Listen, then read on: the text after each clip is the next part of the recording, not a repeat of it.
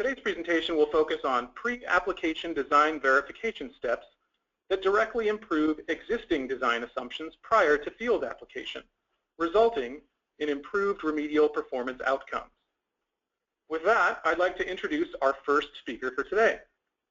We are pleased to have with us Mr. Rick Gillespie. Mr. Gillespie serves as Senior Vice President of North America for REGENESIS, directing a team of technical sales consultants and engineers across North America, providing industry-leading support to REGENESIS customers. He has over 20 years of experience in the environmental remediation industry. All right, that concludes our introduction, so now I will hand things over to Rick to get us started. Well, thanks, Dane. Appreciate it. On behalf of my co-presenter, Craig Sandefur, and our co-contributors, Chris Lee and Steve Barnes, our team here at REGENESIS, and the folks at Land Science Technologies, I'd like to welcome you to today's webinar. We obviously know how valuable your time is, and our goal today is really to provide a behind-the-scenes look into our remedial design process and ultimately provide insights into the site issues that determine remedial success for all of us. For those of you who may be unfamiliar with REGENESIS, our company was founded in 1994. We specialize in soil and groundwater remediation as well as vapor intrusion mitigation with a broad range of technologies. Many people know us for oxygen release compound, or ORC Advanced, to simulate aerobic bioremediation of petroleum hydrocarbons. Many of you have worked with us on enhanced reductive dechlorination with either HRC or hydrogen release compound or 3D microemulsion for anaerobic bioremediation.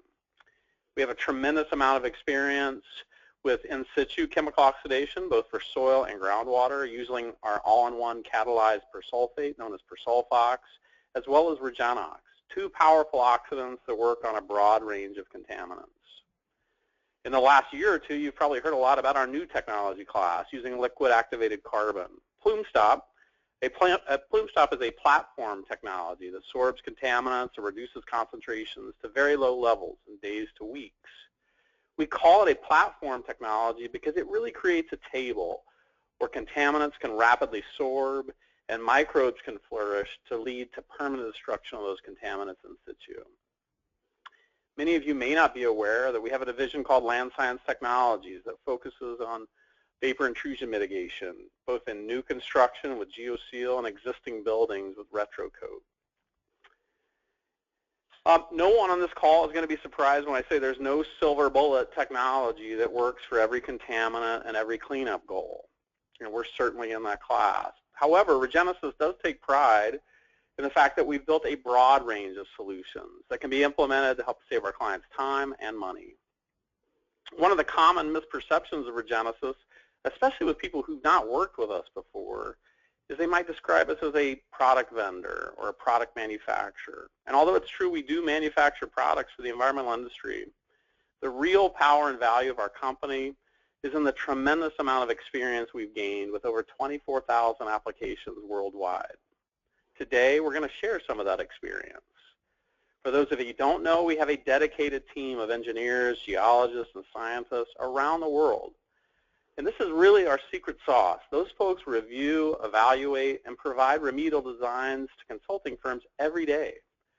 This visibility into many sites, many different contaminants, many different hydrogeologic conditions give us a unique window into soil and groundwater remediation design. Many people are surprised to know we do over 125 remedial designs per month. That provides tremendous visibility for us. Not only the types of contaminants, but the types of cleanup goals and settings that engineering consulting firms are facing every day. If you have sites where you're considering remedial solutions, we'd appreciate an opportunity to review your site and make recommendations and ultimately to provide costs so you can compare that to other alternatives. Our ongoing commitment is always to provide an honest assessment, to make recommendations that we feel confident will meet your goals. In today's webinar, we're actually going to show scenarios where our technologies were not selected. We'll get into how those details work. I'd like to introduce now Craig Sandefur. Craig and I have worked together for over 17 years at REGENESIS. Craig has led our technical efforts in many different areas. In the mid-90s, he was one of the first practitioners to inject solid peroxygen, the slow-release oxygen, into the subsurface via direct push. He's been instrumental in the development of our earliest design software and all the iterations since the mid-90s. For the past 5 years, he's been very focused in product development and field application of our newest technology, PlumeStop. Today's webinar will share some of those lessons learned and best practices that we've developed through that experience. With that, I'd love to turn it over to Craig. Thank you, Rick. I appreciate everybody's time today. I'd like to acknowledge a couple of guys here that Rick's already mentioned, Chris Lee and Steve Barnes. They've helped me tremendously in development of content for this webinar, and I appreciate that from them. Little roadmap slide here to take you through what I intend to discuss today. I'm going to offer a few personal observations and then kind of what remediation practitioners, in my opinion, really need to know, why I think sedimentology rules, and some tools also to better understand your geologic conditions at your sites. Finally, I'm going to wrap up with an analysis of our design verification program that REGENESIS has performed over the past few years, and offer a short case study to wrap things up. So, some observations from about 20 years of in situ design and application and troubleshooting, because I contend that without the troubleshooting phase, you don't really learn much. You learn from failures, and we try to minimize them going forward. So, never confuse precision with accuracy. This is a mantra that I've developed over the last few years, and in my opinion, precision is overrated.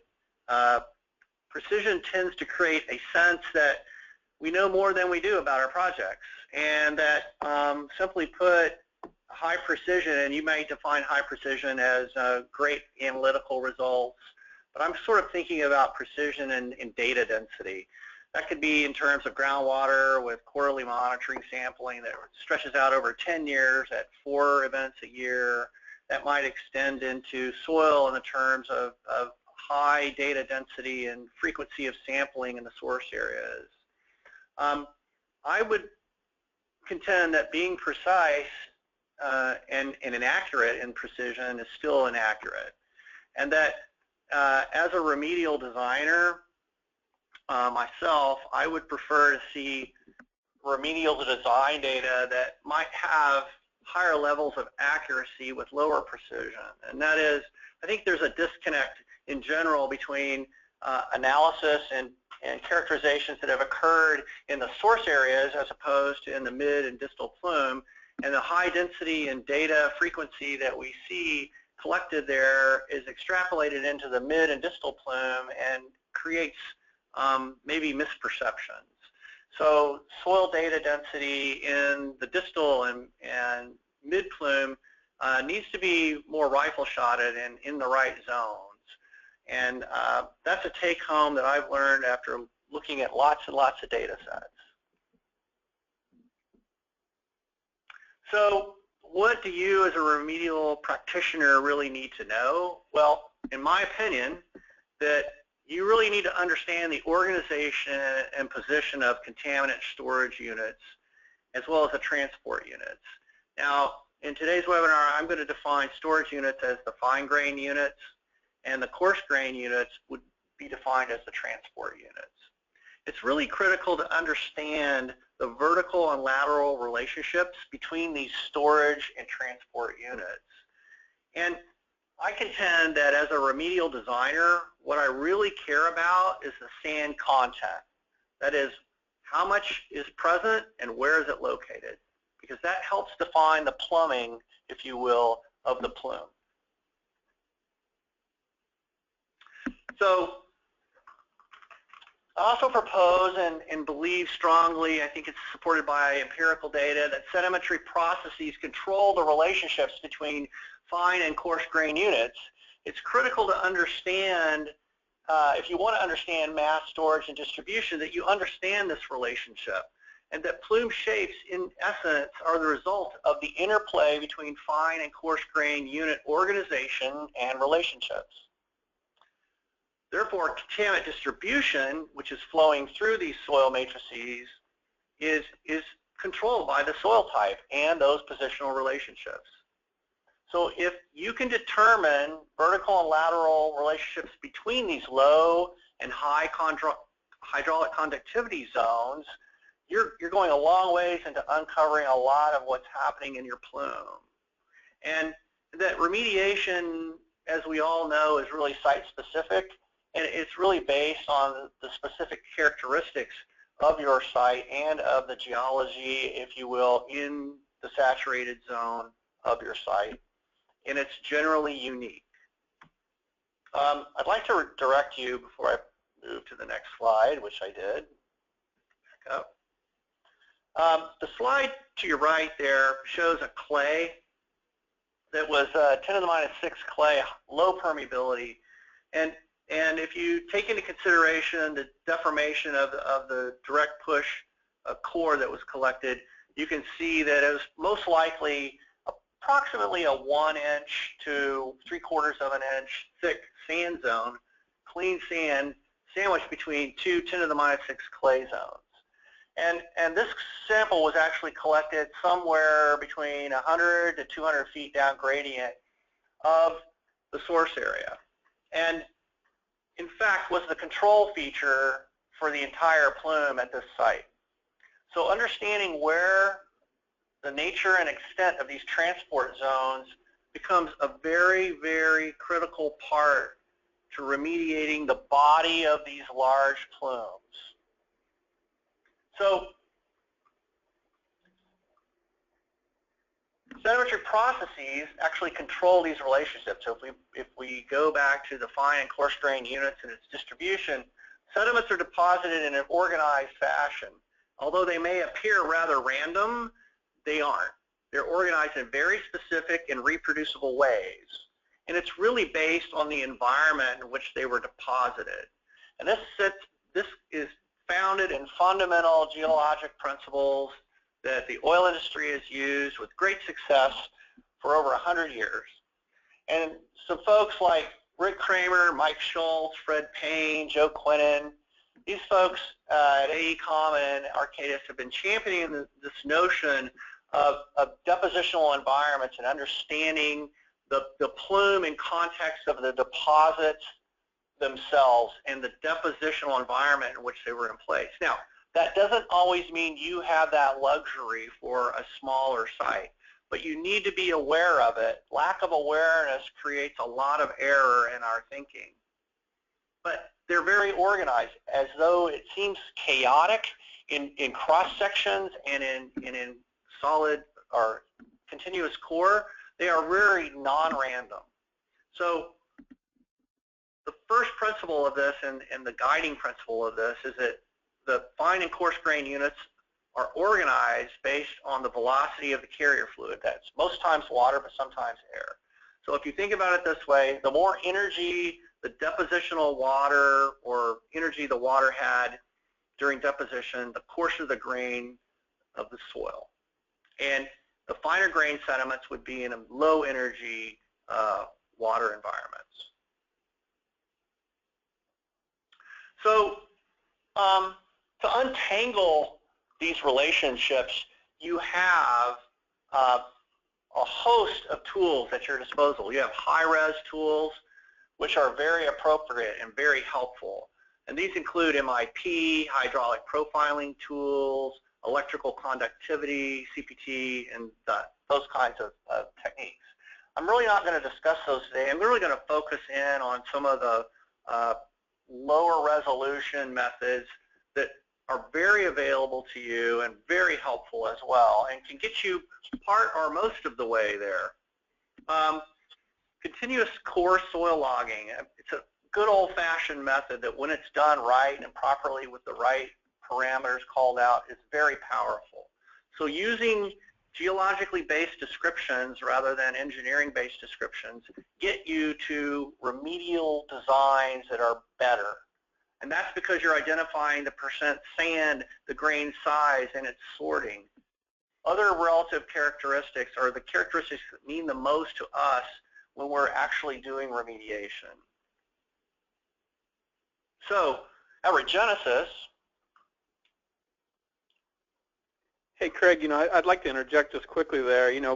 Often one of the objections or questions we get from consultants and end users is, hey, design verification sounds like a fancy word for additional site characterization.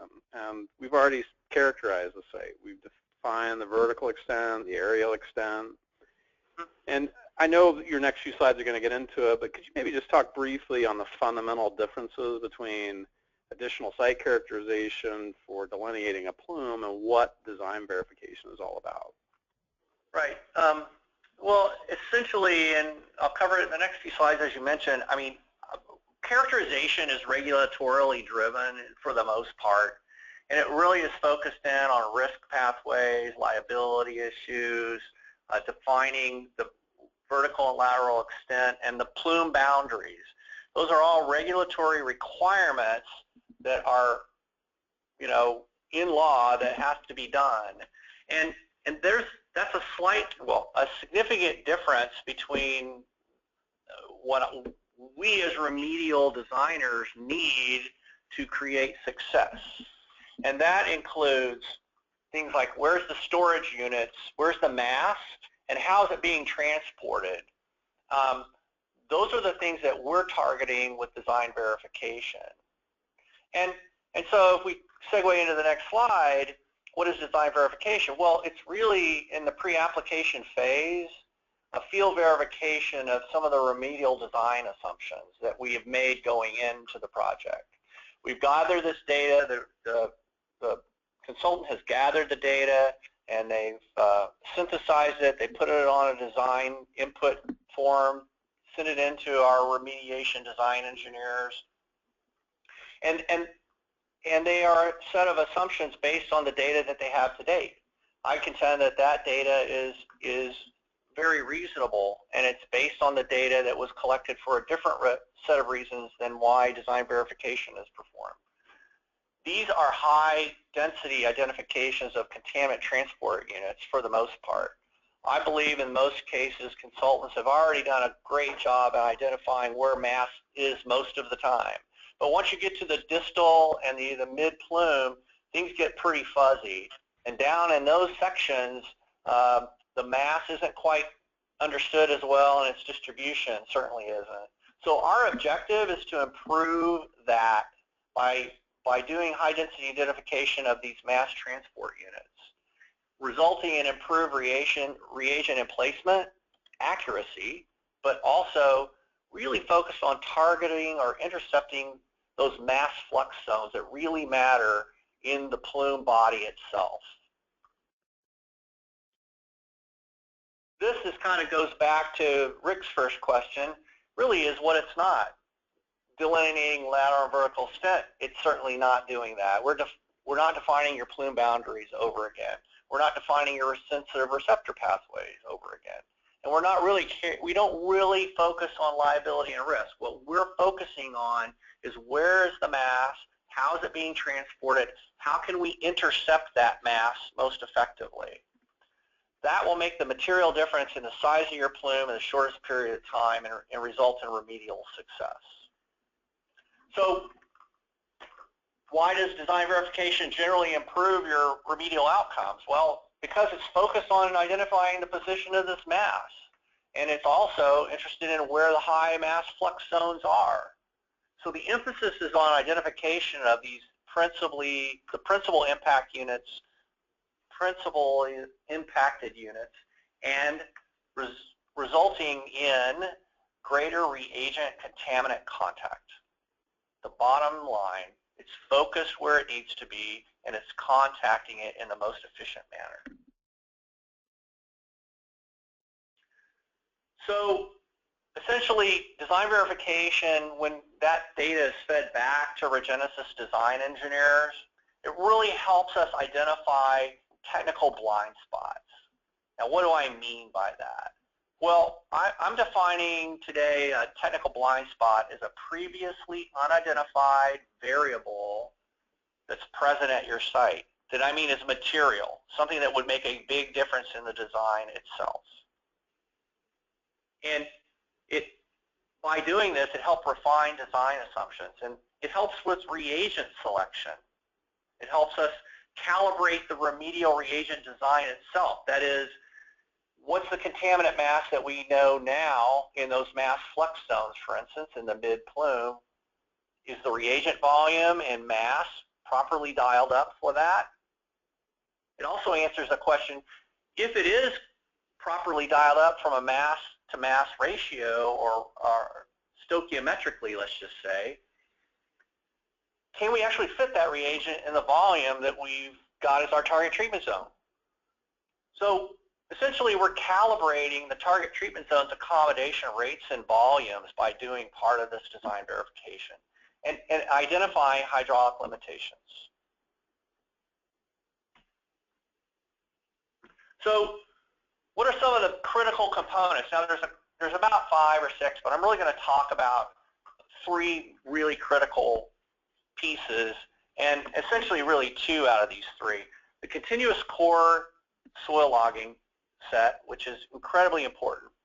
From that, we actually select samples to run in the lab, and then we perform a clear water injection test. And then in the next few slides, I will talk about why these things are important. But from a soil logging standpoint, I'm going to drill into, you have the standard logging techniques and the parameters that you look for. But I'm going to take that and I'm going to rifle shot it down into soil settling tubes and why I think they're important. A soil settling tube, if you have not used one before, is a field technique that is very semi-quantifiable, and it's really meaningful data that's performed or collected by a trained field geologist. It's more of a visual determination of particle size and percentage. So sand and clay, if we go back to, think back on the previous slide where we talk about where's the sand being one of the most critical things in design and remedial success. How much of it is sand? What's the size of it? How well sorted or poorly sorted is it? These samples lend themselves to high density collection. You can gather them on 1-foot intervals very rapidly and get a lot of good data out of it. So they're simple and they're rapid and they provide reliable data. They decrease subjectivity in some of the critical elements that geologists sort out and they tend to have trouble with. That'd be the silty sands with clays. How much clay is really present? I find myself in my own logging skills saying there's way more clay than there actually is. There's a lot more silt and fine sand, and that fine sand is masked by the silt. So if you don't do these things, you don't really understand how much is really fine-grained and how much is really coarse-grained. I've been fooled myself, so I am guilty as charged. So the next aspect that I really want to drill into and help you understand is the clear water injection test. This really is a documentation of acceptance rates and volumes, but it really is a lot. It's very subtle. It has a lot of importance to what we try to do in terms of creating success. That is, in the target treatment zone, we're looking at acceptance rates and volumes in a quantifiable way. We're using pressure gauges and flow meters to really log carefully at each vertical interval, typically direct push, but also it can be done in wells, how much reagent is being delivered over a set period of time and at what PSI. And it really assists in the deep direct, like several ways. In direct push, for instance, it might completely change whether you're using a top-down or a bottom-up. And in injection wells, it really helps us screen those remedial injection wells better with more confidence as well. And only put the screens where you need it, not where you don't. Final take-home on this is that it's my experience in looking at a lot of sites that the data we collect from this step generally differs considerably from the estimated volumes that we derived from the hydraulic connectivities we were given from our consulting partners.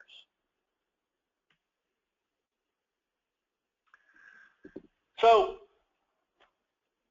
you've listened to this and you're kind of going, yeah, all right, Craig, you're an expert, or you're 20 years in and you have all this experience. So, but give me some data to really, convince me. So, we dove into 24 sites that we have, and this is growing each month. But this was a set we had within the last few months that had enough data density and had enough robustness to it that we felt like would really be meaningful as part of a cohort. That we're going to continue this study, because I think it's going to have impact on the whole industry and how we do business in terms of injecting reagents in situ.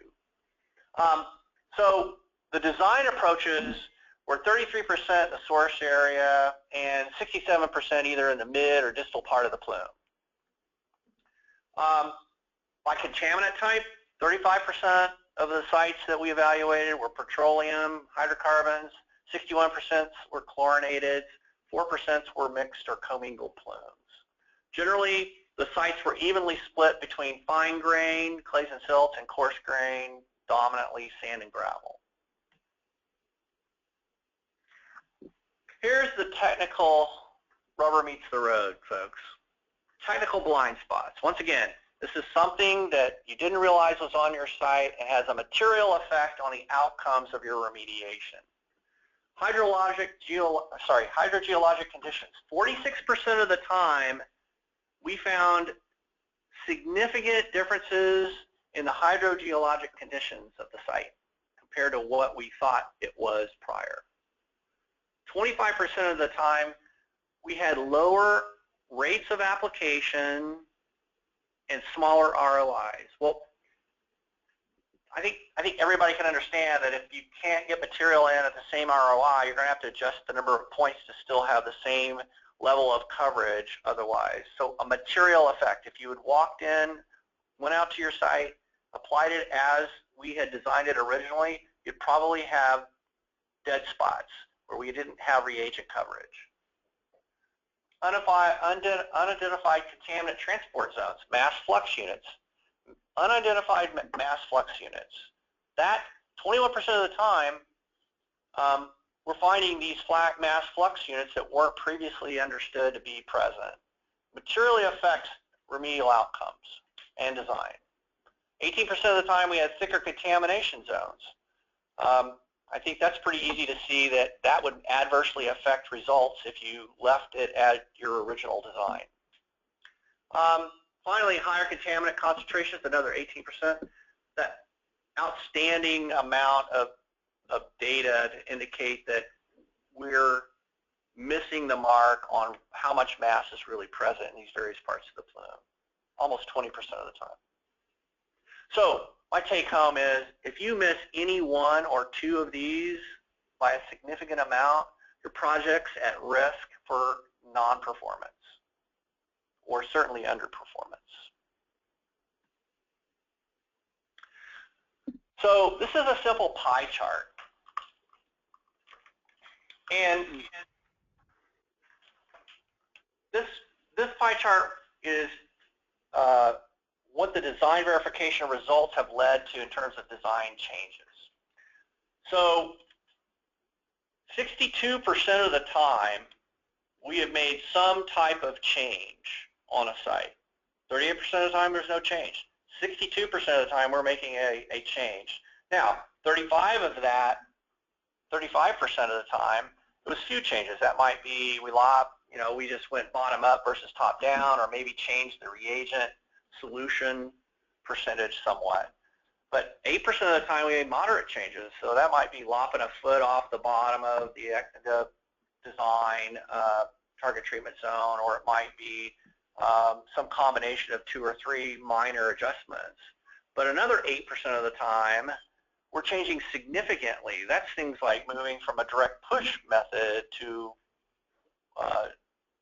injection wells, or changing the amount of reagent because we had higher concentrations than we thought, or some combination of a multiple 2 or 3 issues coming up.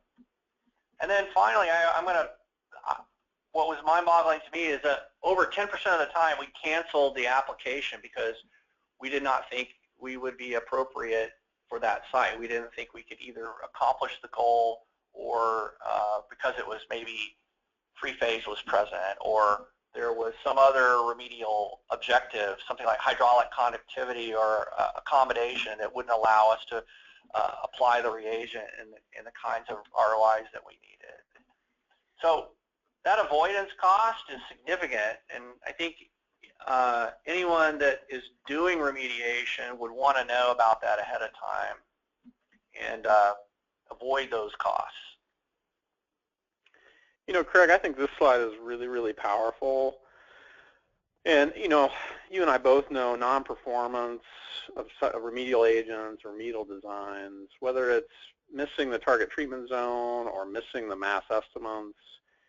At the end of the day, these types of results really help us to hone in and determine our success. You mentioned you define these changes. You know, some people on the call may say, okay, change, that also equates to higher cost.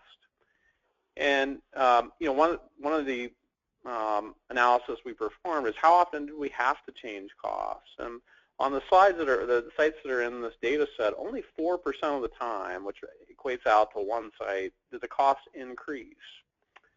Only 4% or only one site did the cost decrease. So a big chunk of those, there was really no change in the overall cost that we had initially proposed. But to your point, we changed injection treatment intervals. Instead of injecting from 10 to 20 feet, we said, hey, let's focus from 12 to 16 feet.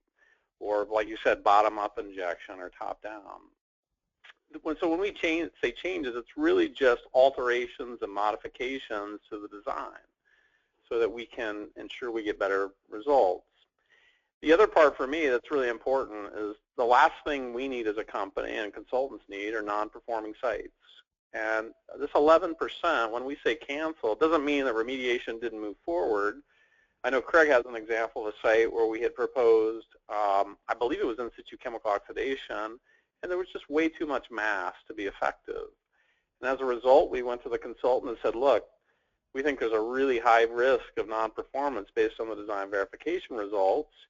You know, honestly, our recommendation would be hotspot, dig and haul, get a bulk of that mass. I don't know if you'd like to add anything to that. Sure, that was an interesting site in the sense that it was a lot finer grain than we thought it was, and we had hydraulic limitations that just and mass that was pretty high. And at the end of the day, it just on two fronts, it just seemed like it was the wrong course of action. And by that, the consultant avoided mobilizations, the cost of the product, a lot of headaches and time and effort and money, just by avoiding the whole application program itself. And it was just an early warning indicator of you're not going to do well. So it's very powerful.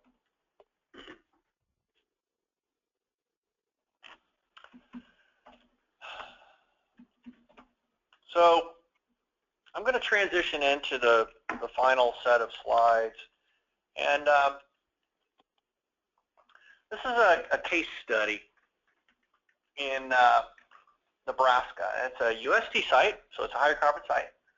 And the remedial strategy that we developed was a direct push injection program with ISCO in the source area, mid-plume, and kind of a grid format. If you look, there's a big orange band across the center of the plume. That's a utility corridor that we weren't able to put anything in that zone. But just think of ISCO on the south and lower left, if you will, and on the upper right, we applied plume stop plus an electron acceptor ORC advanced. So the bottom left would have been persulfox, and the upper right will be plume stop plus electron donor.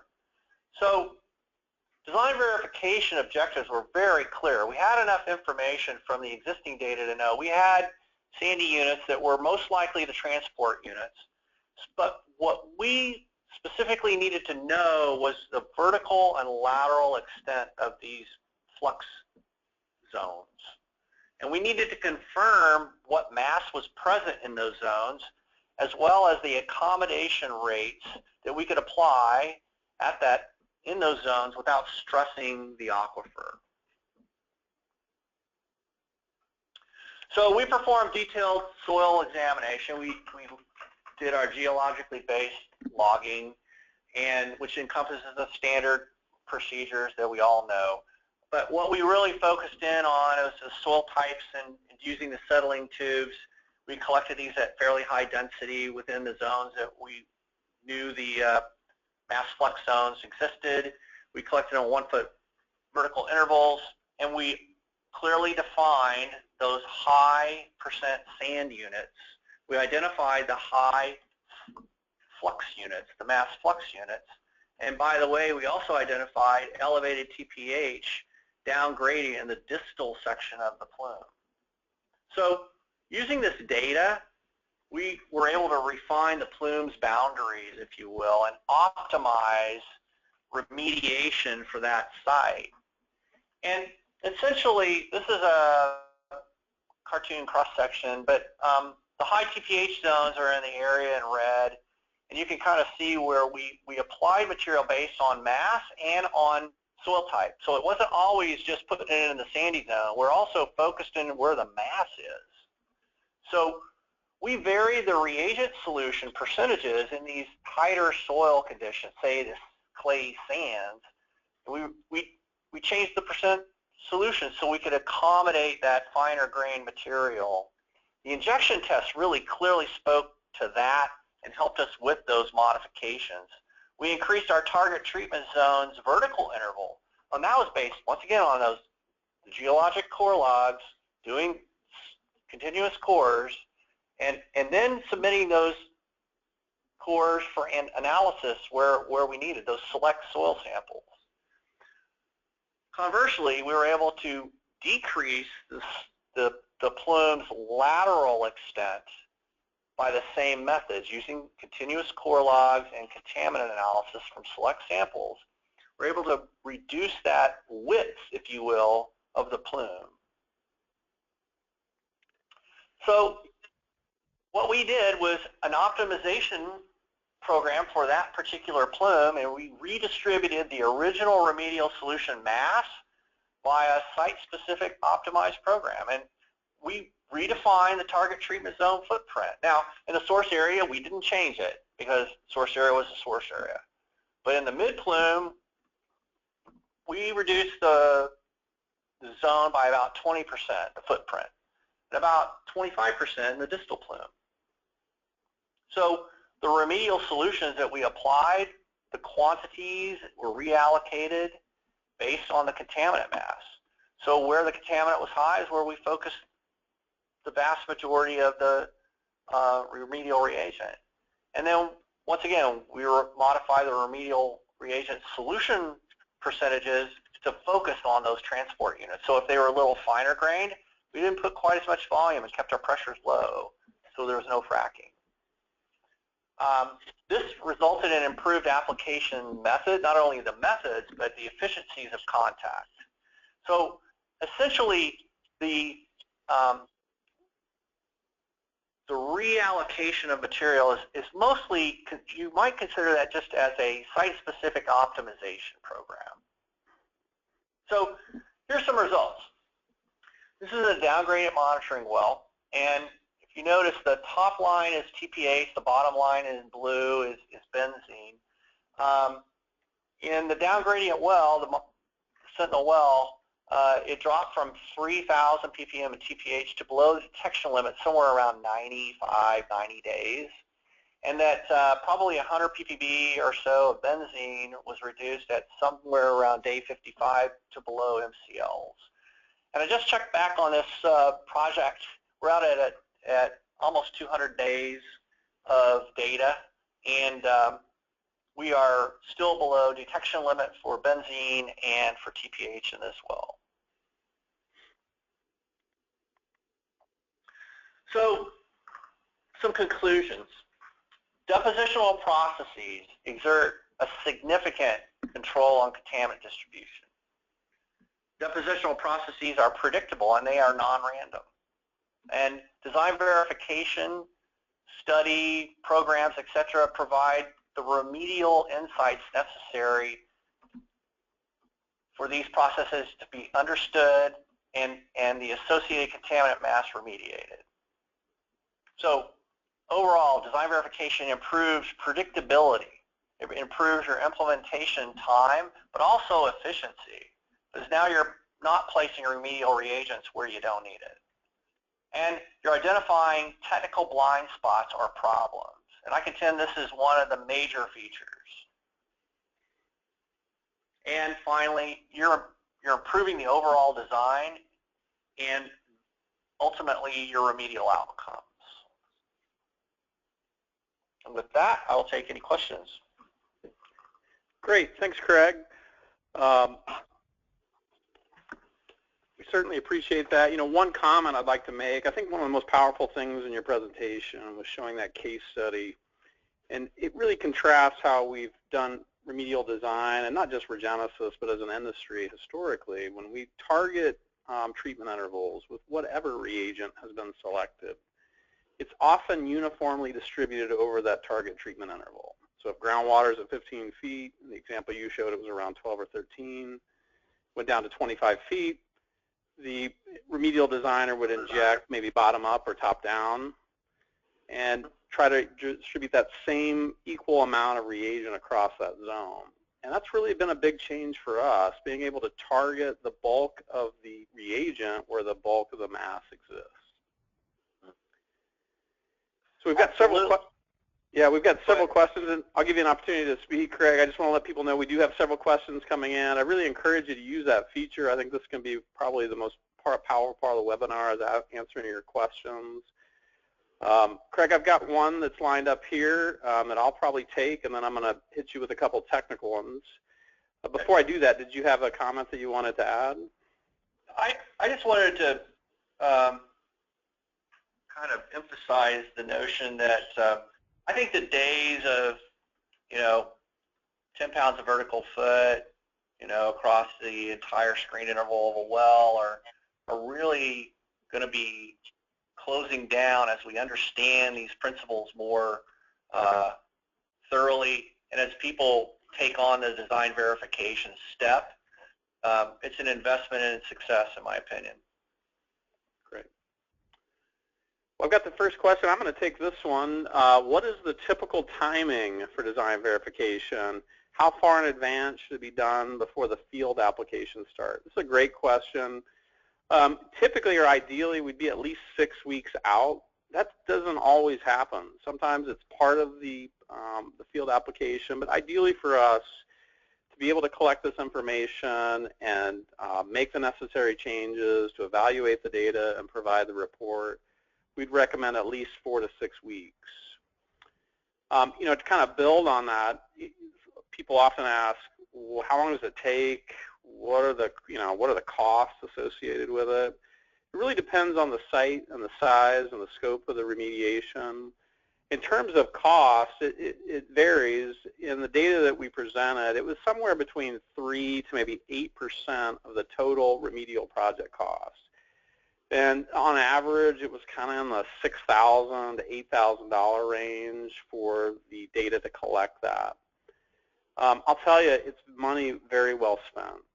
Just if you're one of those 10% of sites where, hey, we may change the whole remedial design, I guarantee you're going to save money on that. But just in terms of improved remedial performance, we just haven't seen a site we've collected where design verification didn't help us in some way.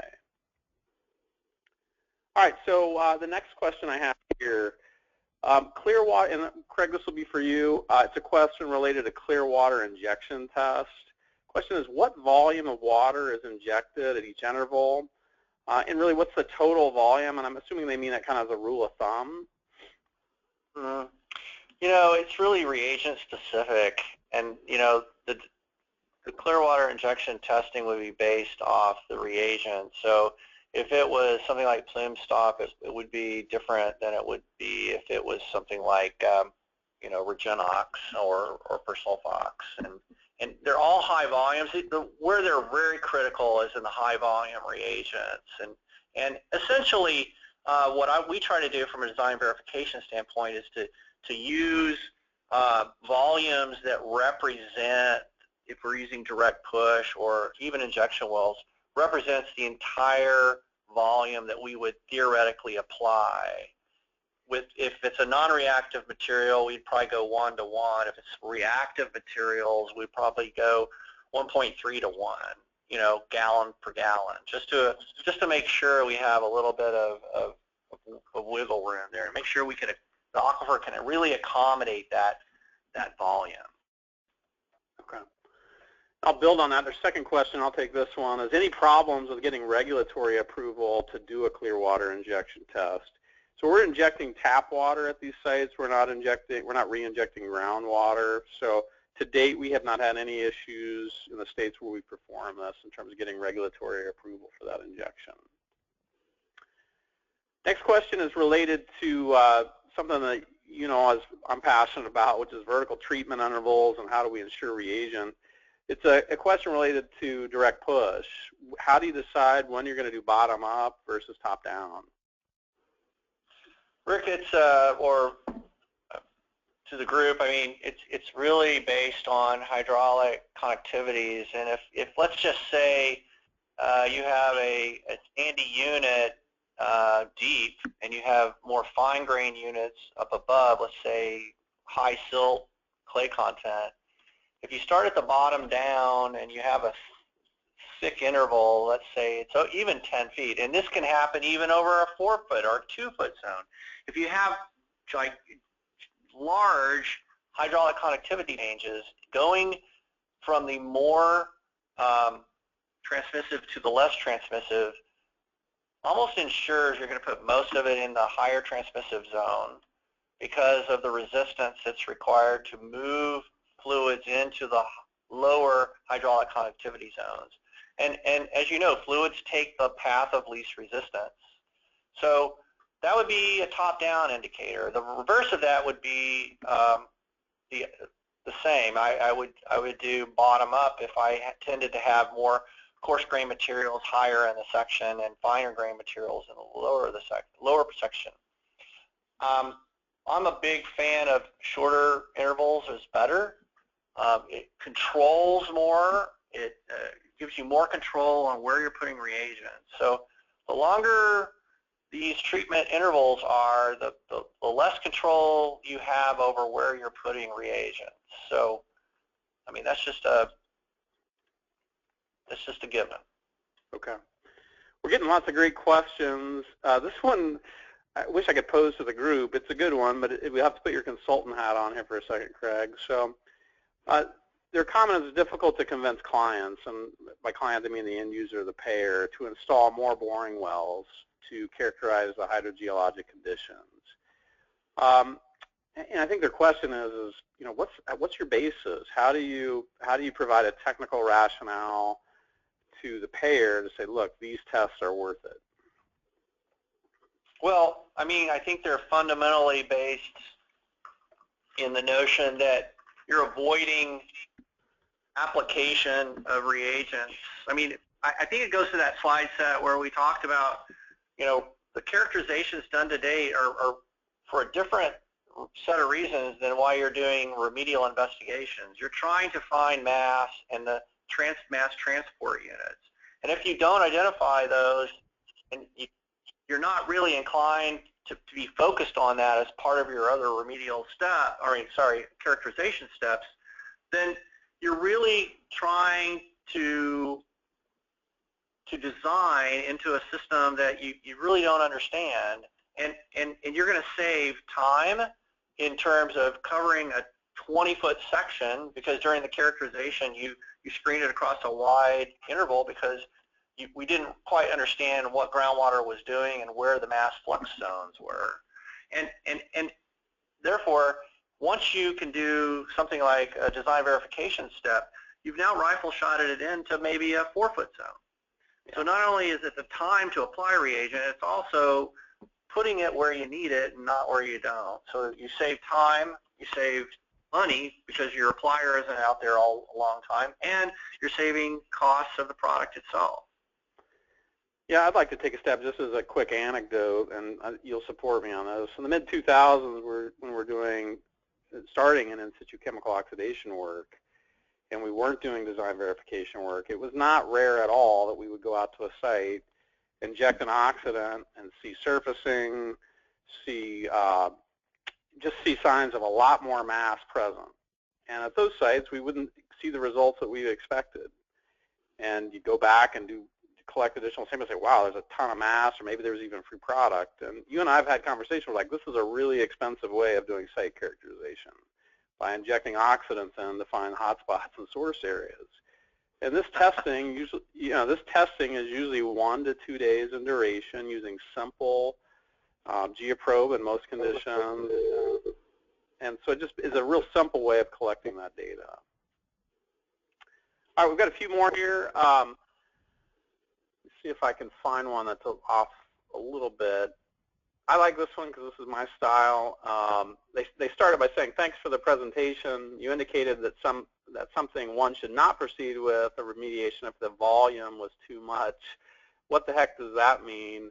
What is too much? I think what they're referring to is reagent volumes. And Craig, you want to take a stab at that one? Sure. Maybe I was a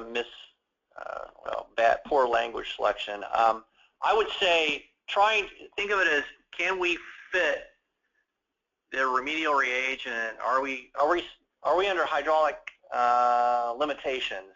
Can we fit the reagent volumes with the necessary quantities at the proper solution percentages into the target treatment zone? Yeah. And if the volume is too much, then you're going to be fracking, or you're going to be surfacing just from mounding. So you have to keep those things in mind in trying to fit the reagent quantity in terms of mass of material and volume. Does that make sense? I'll take a stab on that one too. In our remedial designs, we make assumptions, and we might assume that we can get 3 to 5 gallons per minute via direct push well. If we go out and do design verification and our clear water injection test says, hey, you're going to have a hard time getting 1 gallon per minute, then that may, we would look and say, hey, is direct push the right approach here? Maybe we need to do permanent wells. So when we talk about reagent volumes and what's too much, it's really related to how much volume do we need to get in the subsurface, and how long is it going to reasonably take to get it in the ground. Agreed. So next question is, can you discuss how design verification differs from a pilot test? I'm a huge proponent of pilot tests. I use those as then feasibility tests, really. Is there something? I just would say design verification is not reagent injection. We're not going out there and measuring results. These are simple tests collected to help us define the vertical treatment interval, to identify areas with high mass flux zones, and to ensure that the contaminant concentrations that we're basing our reagent amounts on, that they're in line. So it is different than a pilot test, both in terms of duration and the fact that we're not collecting additional contaminant data in most cases. Hey, Rick, I'd like to add to that. In pilot scale testing, you're not really figuring out whether that pilot test is actually optimized for that site, whether that pilot scale test has the proper zone identified, etc. It's kind of a pilot scale would be almost like a dose response. You're not learning about, now if it's a very simple site, okay, but if it's heterogeneous, you may have missed locations and your pilot test might not even perform as you expect. Right. You won't know why. Here's a quick one on the use of packers. Do we use packers to target specific treatment zones? We absolutely do. And there's a whole host of reasons to do it, but wells have to be installed properly to accommodate packer applications. But that's a whole different discussion. And but yes, they're quite effective, and I'm a big proponent of using them. Right. We have a question here, and it says, in your experience, what is the approximate cost of design verification studies? Based on the graph you presented, over 70% of the time you did not change the remediation design.